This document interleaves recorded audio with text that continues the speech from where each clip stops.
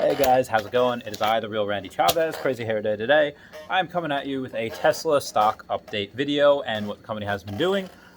I don't know if this affected the stock today after the news came out, but around 9:44 we had one hell of a dip down to 437. It wasn't even that bad. We started at 442, so it went down $5, literally like 1%. But after that, it was up for a while, up to 448, reaching the highs of at some point last week. It dipped again down to 440, ended just up, not even a percentage point for the day, $4.35 at $446.65. And I think part of the reason why it was going down and it went up is because Tesla announced a price cut on the Model 3.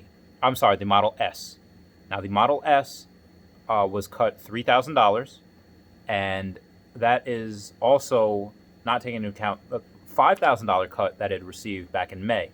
Now, the price starting for the performance, or I'm sorry, not the performance, the long range plus Model S is $71,990, and the performance starts at $91,990. So it's $20,000 difference, and it is something that maybe people negatively reacted because they thought like, oh, they're cutting prices. Why are they cutting prices? Is it because they have to and nobody's buying?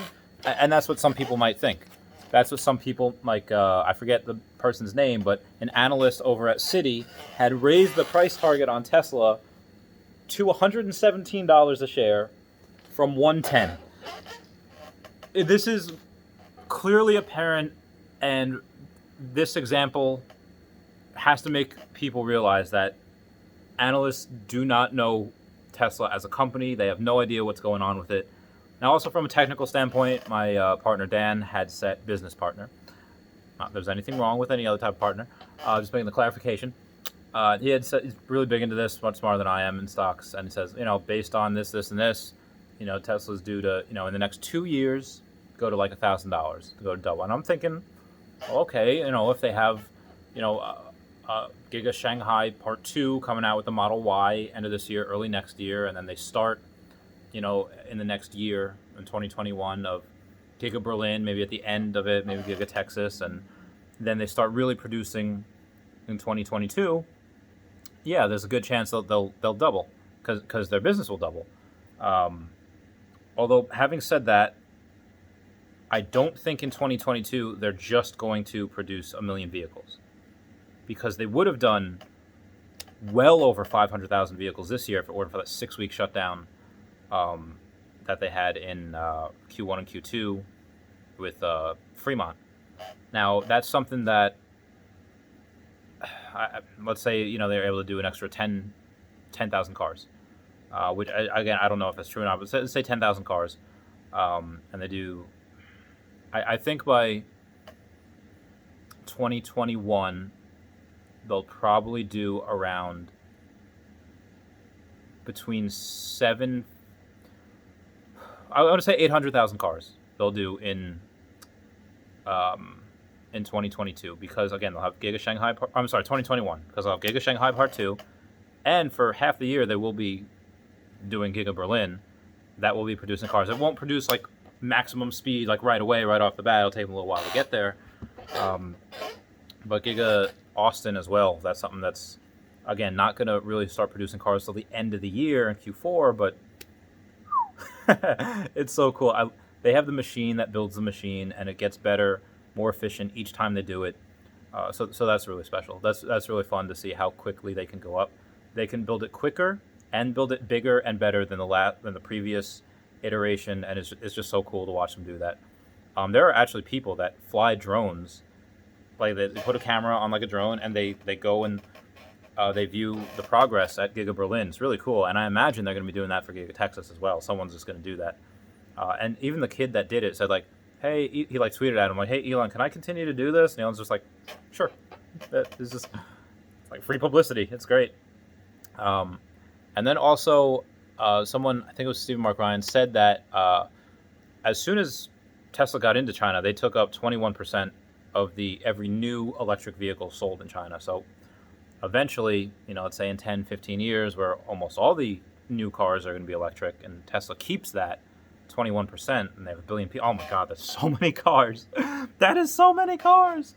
And honestly, Kathy Wood from ARK Invest had said that, hey, there's a chance that Tesla loses market share, a few years ago, but didn't. It gained market share. So I think the same will only be true in China as well, especially once they make that compact car.